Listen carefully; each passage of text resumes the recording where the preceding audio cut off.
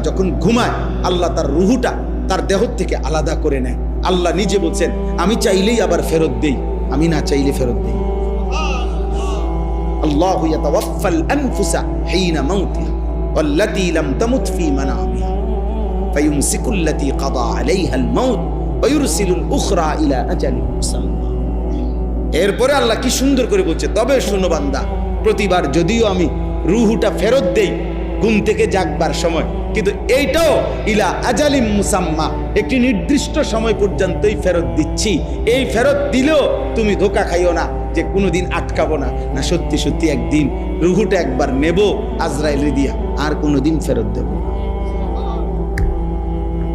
30 বছর ফেরত দিছি, 60 বছর হয়তো ফেরত দিছি, প্রতিবার ঘুমের কারণে বারবার ফেরত দিছি।